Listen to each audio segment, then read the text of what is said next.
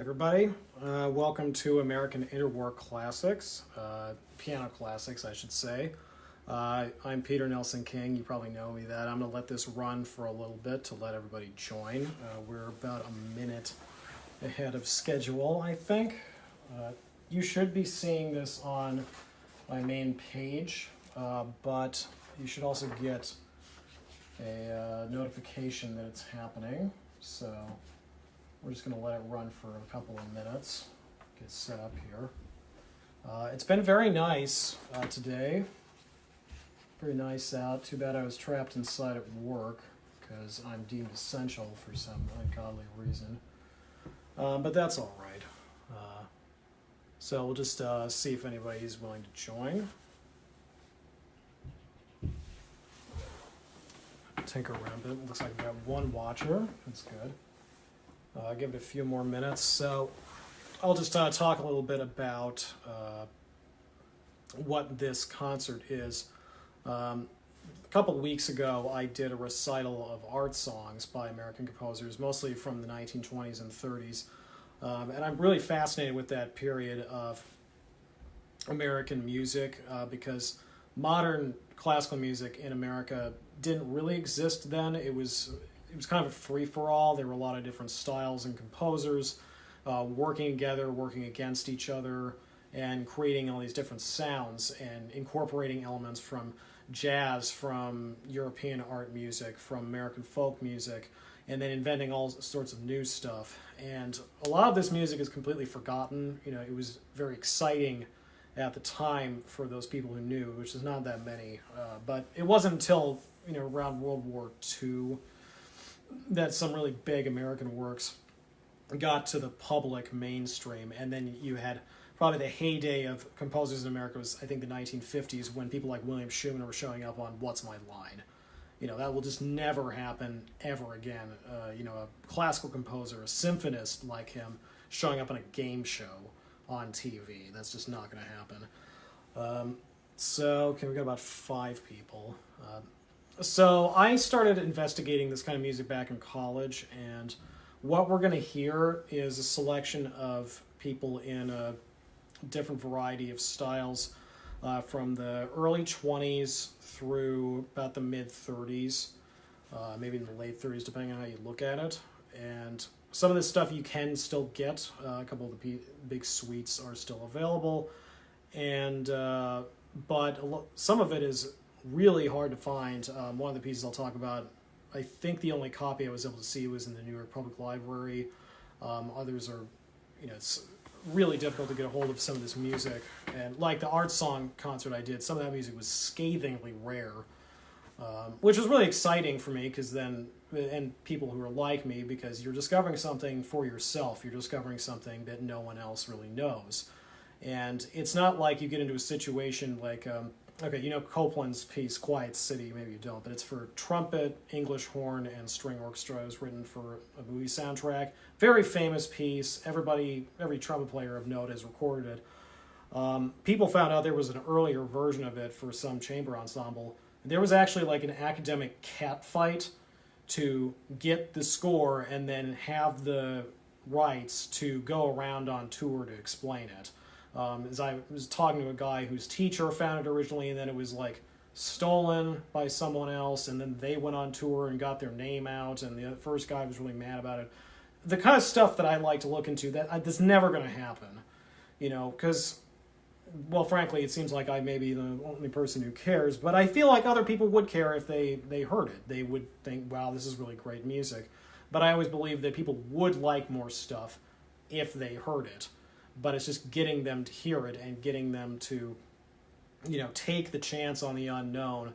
That's the trick, and everybody's got a different answer for this. And I just try to make programs that look exciting and have variety and have a good theme to it before they go in. And then, once you get them to sit down, then you can play your music, and usually they'll like it if you trust your own taste. And at this point in my life, I guess I do. But it's a work in progress. So we've got 7, 8 people watching. We're a few minutes past the hour, so I guess I'm going to go ahead and start. Like the last one, this will be a little informal, so I'll just talk about each piece before I play it. we're going to start with the first movement of a suite by a guy named Leo Sowerby.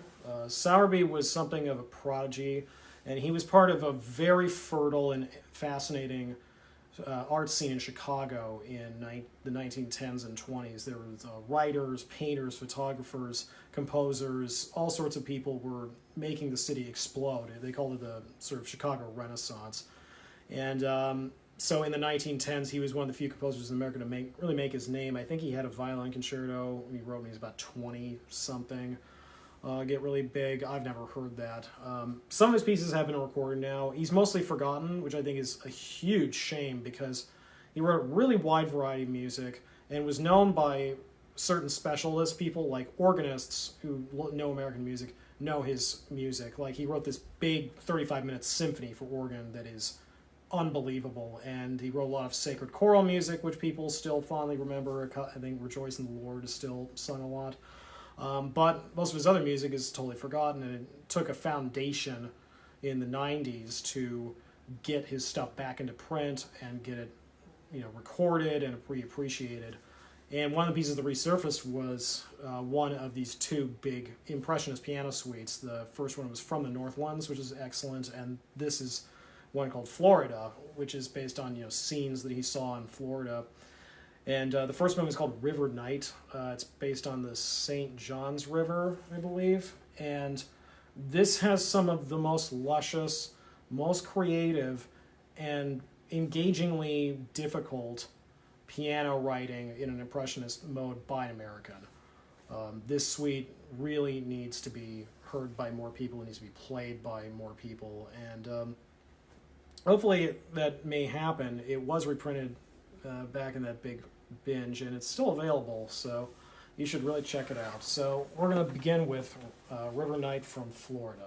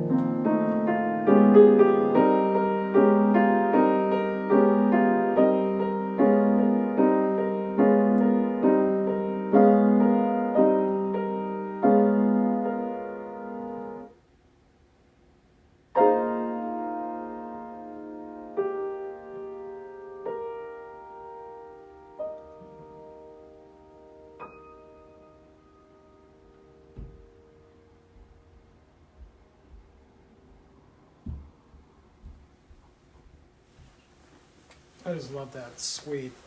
I can't play the other movements; they're all too difficult. The middle one's not so bad, but the really fast movements are quite a challenge. So maybe one day, maybe I'll do From the Northlands one day. But for now, I'd like to move back to a composer I featured on the last concert, Alexander Lipsky. I mentioned that he was kind of a white whale of mine in terms of research. He only published 2 pieces, and they're both really amazing. And I'd heard through other writing that he had some other works, and one of which caused quite a stir, this big violin sonata. And none of it's anywhere. I have been searching for the rest of his music for years and have found nothing. Like, leading experts on the time don't know what happened to his scores. I mean, I talked to someone who knew everything that you could know about Copland's circle in the 30s and 20s, which is where he was active, and she knew nothing. He has no family, and I've done all sorts of research tricks, and I'm kind of restarting it now that I've got a lot of more extra time on my hands with this quarantine. But all the libraries are closed, so I don't know how far I'll get. The good news is that the 2 pieces that survived are, actually printed, so there is more than one copy. Though this piece is the one where I said there was like only 2 copies in libraries and one that was in the New York Public Library. I was luckily able to photocopy this when I was in New York many years ago when I was auditioning for grad schools, and it does not disappoint. This piece is called 4 Sketches. It was written in 1928 or whereabouts and published that year. And these are a kind of, I would call it effusive, dark impressionism, maybe.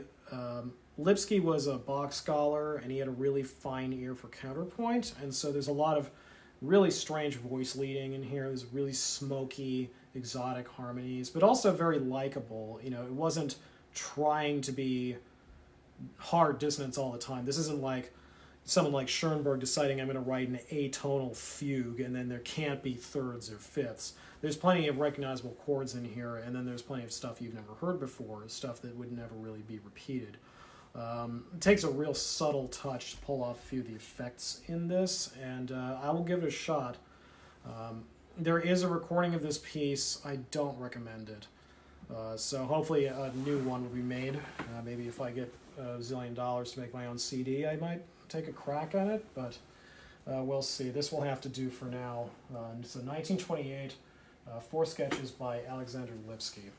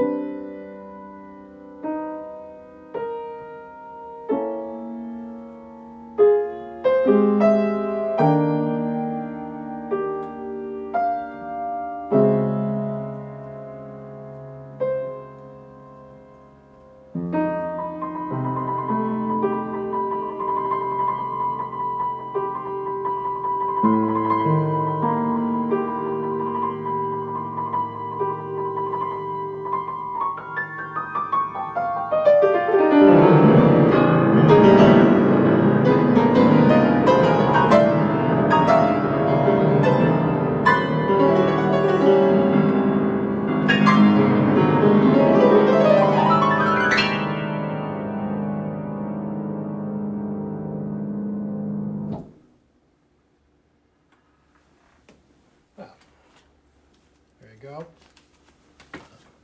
Totally forgotten composer, totally unjust. Don't know what else more to say. Carl Fischer should really reprint that, but they completely forgot it. I actually asked them who owned the copyright, and they had no idea. And by no idea, I mean they never got back to me. Another piece of dubious copyright status might be the Four Little Preludes by a guy named Harold Brown. I didn't know about him until I stumbled across the first of these little preludes in something called the, I'm going to try to say this probably, the Boletín de Instituto Latinoamerico Ano Musica, the bulletin of the Institute of Latin American Music or Inter-American Music. In the 1930s, there was a big push to unite North and South America and Central America musically. A number of composers in Mexico, in South America, like Brazil, like Villalobos, Ginastera, Carlos Chavez, had become really big names and it had national styles all their own. And so there were people on both sides of the aisle who wanted the Americas to work together, and there were, in the 30s and 40s, there were a number of publishing ventures to help that happen. And one of the things was in the mid-30s there was this institute for it, and the Bulletin is something that I don't know very much about, but a couple of things published as part of that were preserved because they were big score anthologies, one of which is entirely Latin American composers, and the other one of which is entirely American composers, like North American. And in the North American half, there were some pieces that were very, very rare and have never been reprinted. One of those pieces is this. Harold Brown was successful as one of the first people in the U.S. to do Renaissance music, to be a specialist in that, and he helped found, I think, the Renaissance Society. It was called as an early music chorus. He conducted that for many years. His compositions were almost totally unknown and not really published. He was once in the American Composers Alliance. They had since given the scores back to some sort of university library, which is not going to let me paw through it anytime soon.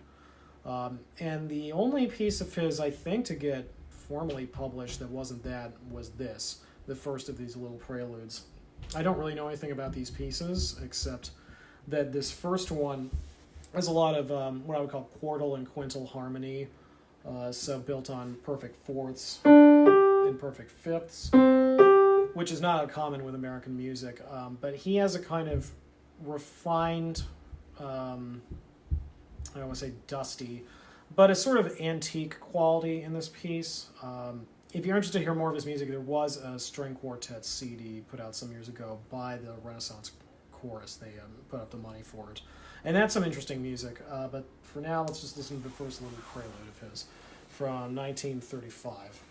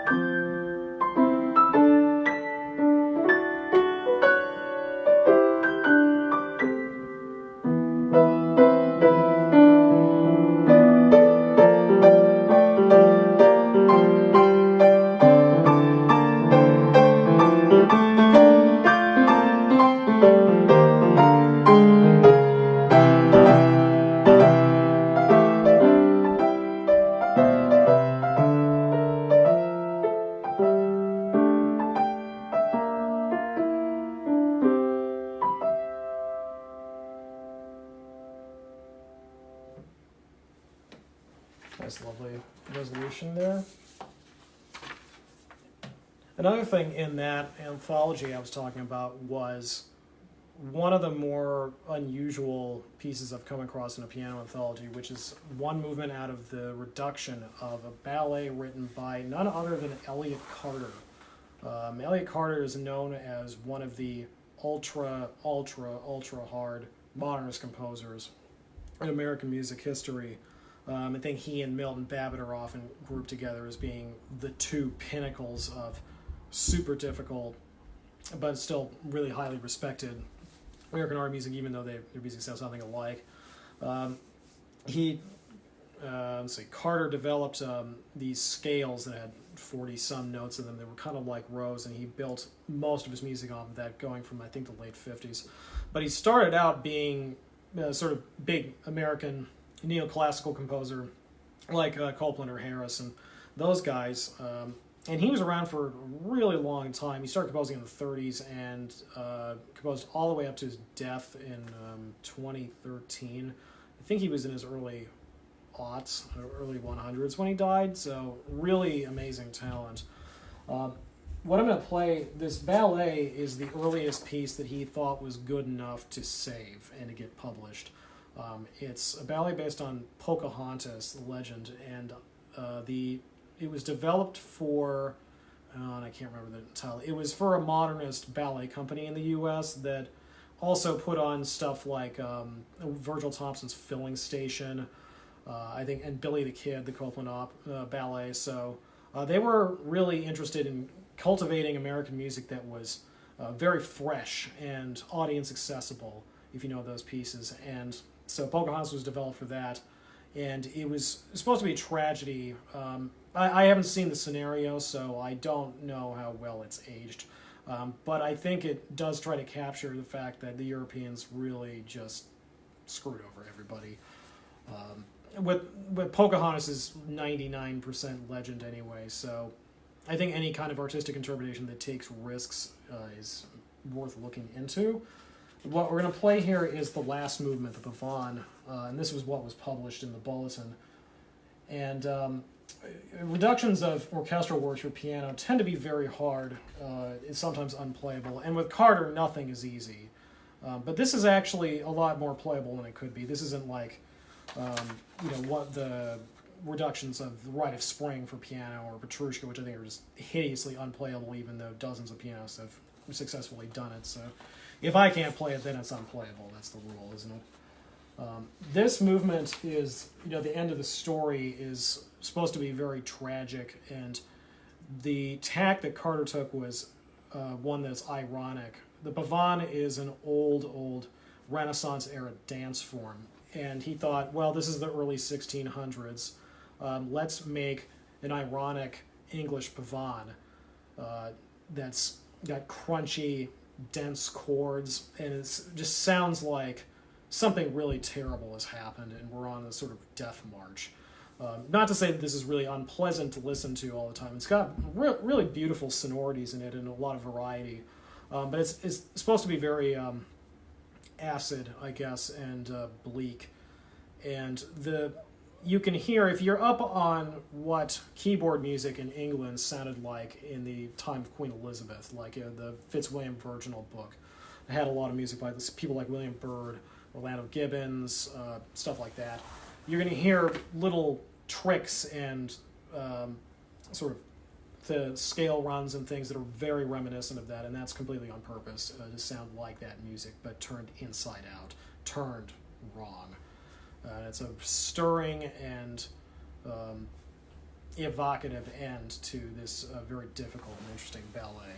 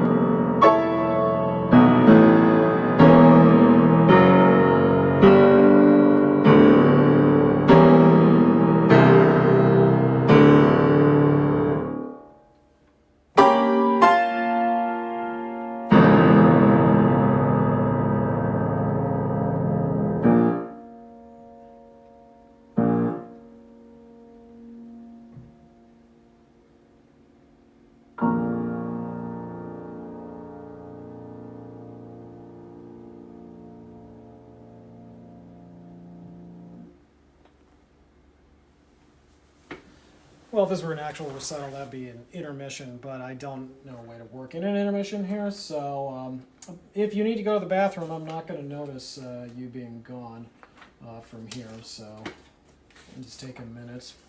Your breather. So on the main page, I put up a link to my PayPal if you want to donate. Obviously, this is free, but if you think it would be cool to donate something, that's great. PayPal is there to help. And that just seemed like the simplest way. Obviously, I'm just doing this because it's good to do this because we're all trapped inside. No one can get to concert halls. And people getting to concert halls was always a dicey proposition anyway for the kind of thing I do. But this way, it's no one has to pay any rent. No one has to drive anywhere. And it can just be very fun and informal. And I know I mentioned this last time, but I usually don't talk like this at recitals, but there's no program notes, so we gotta get all the information out anyway. I don't know if a lecture recital is something I ought to do. I haven't yet found a really good subject, that sort of thing. And you have to be in the right setting, like at a university, for that to work. Maybe I'll do one eventually. Not today, though. Let me get my music out here. So, all the people we've been talking about so far have been American natives, except for Lipsky, who's actually born in Poland, but he was in America for 6 decades, so he's an American, essentially.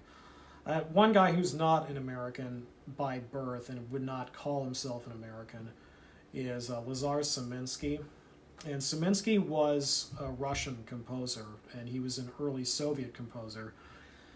When the Russian Empire fell and the Bolsheviks took over, there was a new communist arts board that was run by this guy, last name is Lunacharsky, and that was a free-for-all, and it allowed for a bunch of different modernist scenes to happen, which were all really fascinating. And one was the New Jewish School. The New Jewish School was about 5 or 6 composers who were remembered, including Saminsky, who wanted to write cutting-edge classical music that used material from Jewish folk music, and to create a kind of scene, because there was a major Jewish diaspora in Russia for centuries.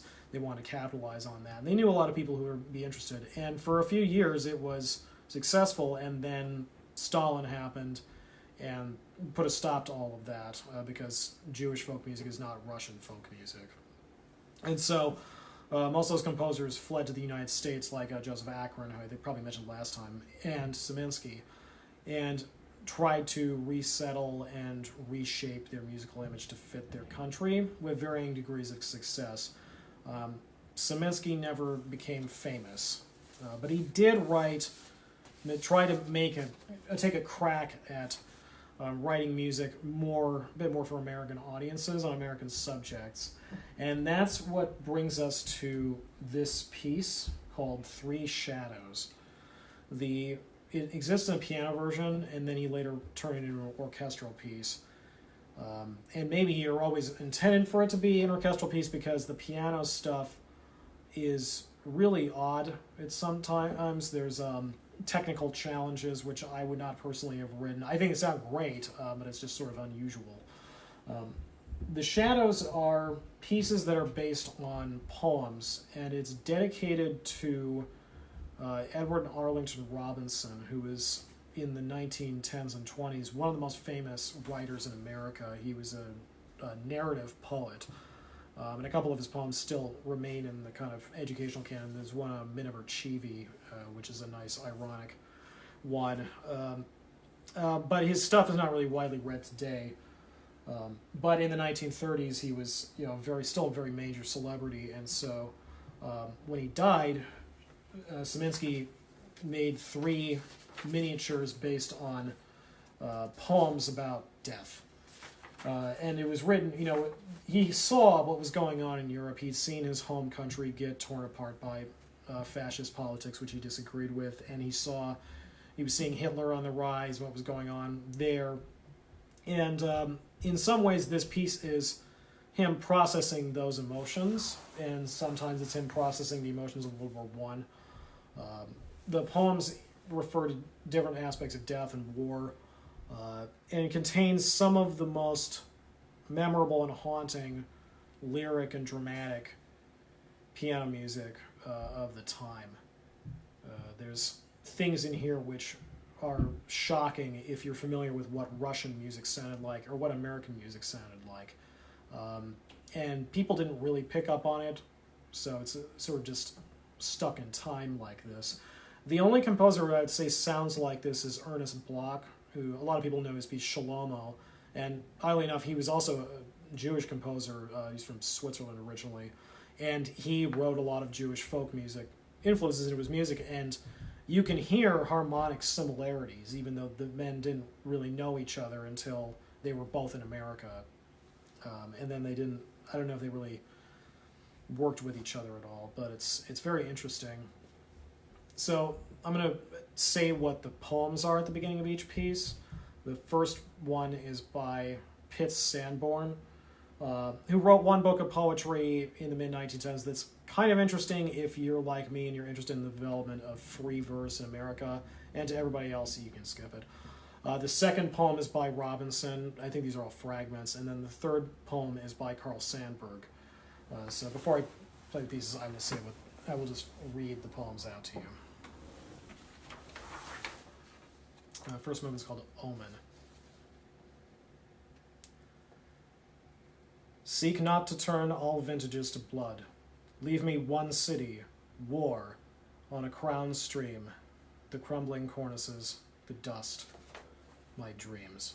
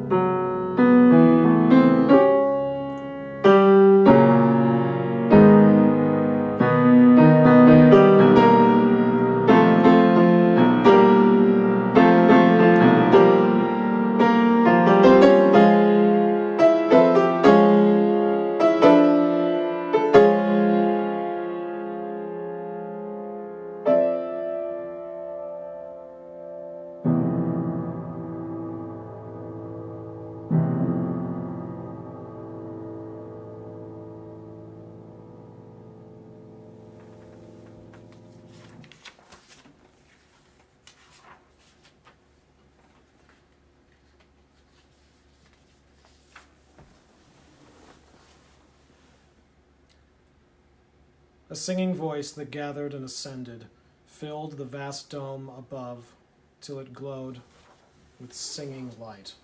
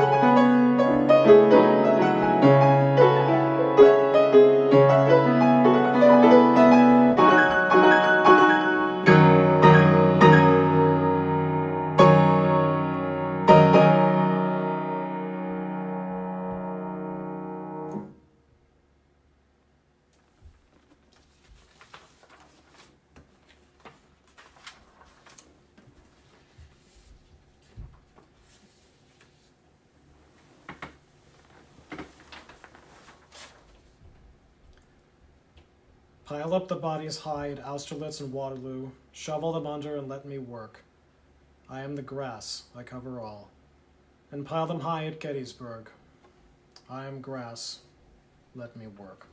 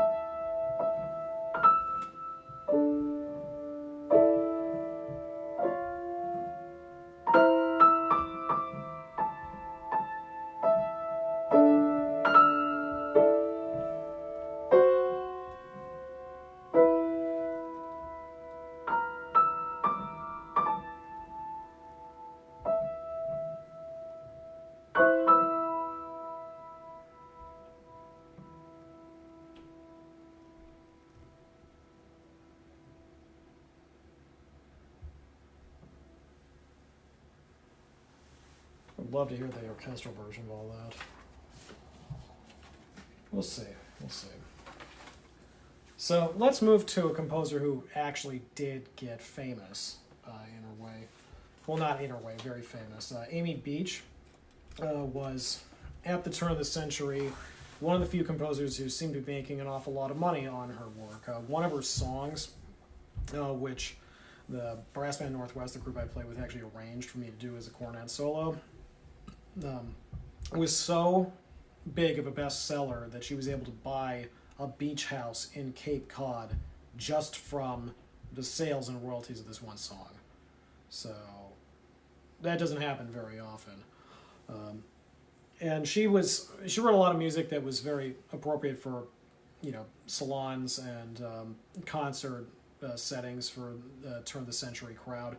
In her later years, she did put more and more unusual material into her work, and this comes from that era, from the mid-20s. This isn't, I wouldn't call this terribly experimental, but it does have the kind of refinement and the fine touch of a lot of her piano music, which is really worth looking into. She wrote a big variation set on a Balkans theme, which I think is one of the best theme variation sets I've ever heard in my life. This piece is called By the Still Waters, and it's based on Psalm 23. And it pretty much explains itself.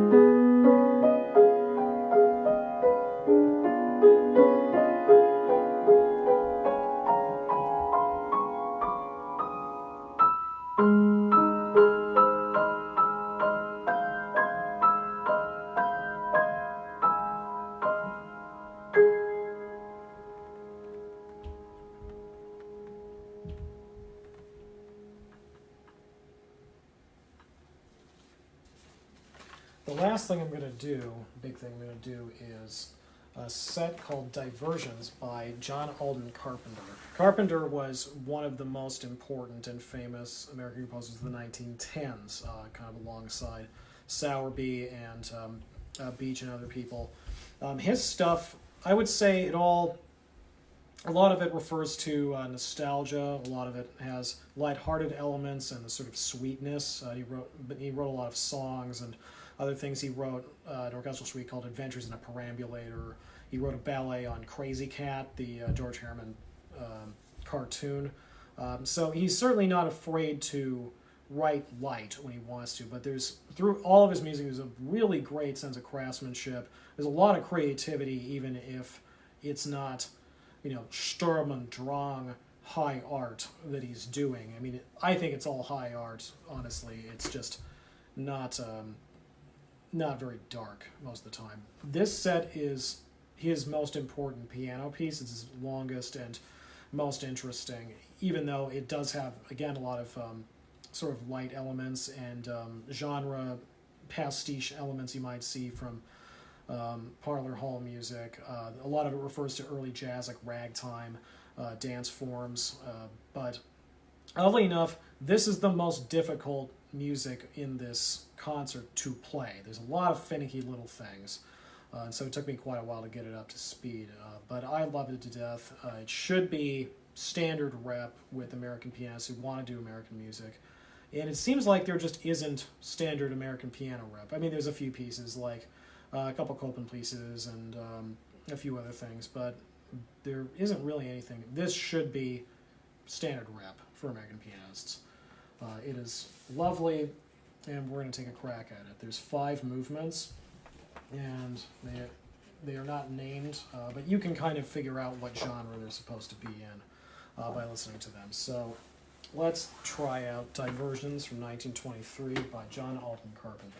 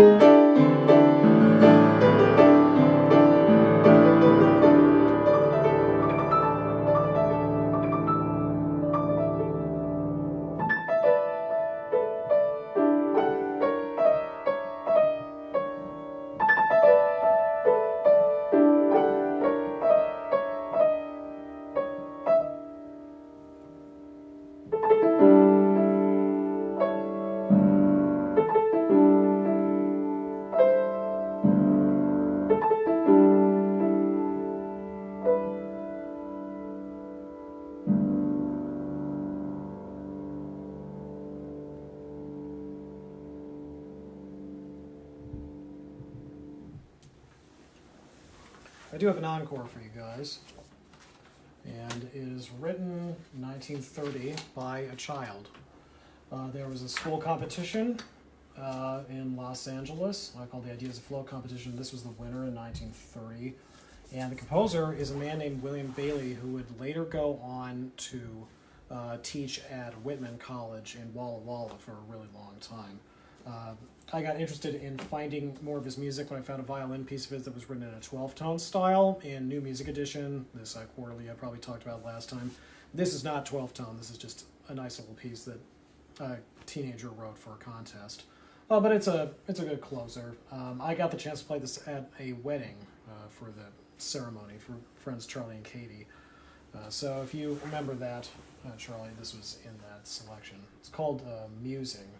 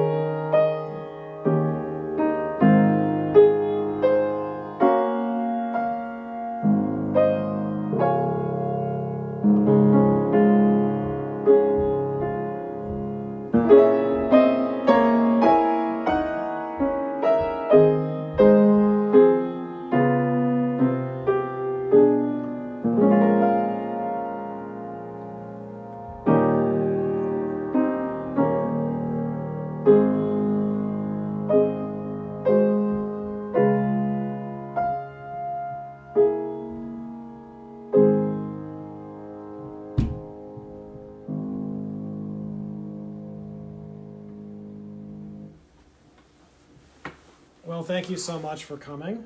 This was really fun. I'm planning on doing, well, I am doing another one of these next week. A kind of surprise, interesting recital where it's all pieces that are 1 page long. And those are hard to find, they're hard to program, but they're very cool if you can get a hold of them because they really force the composer to get a lot of stuff into very little space. And it's going to have an experimental format, and it'll be not interactive, I would say, but nothing like you're expecting. So that'll be pretty fun, and the next full recital I'm going to do is probably going to be on late Russian Empire, early Soviet piano music, kind of like Saminsky, who I talked about, and that will be very interesting to see. It'll take a few weeks to get worked up, so thank you for watching, and I hope you have a nice evening.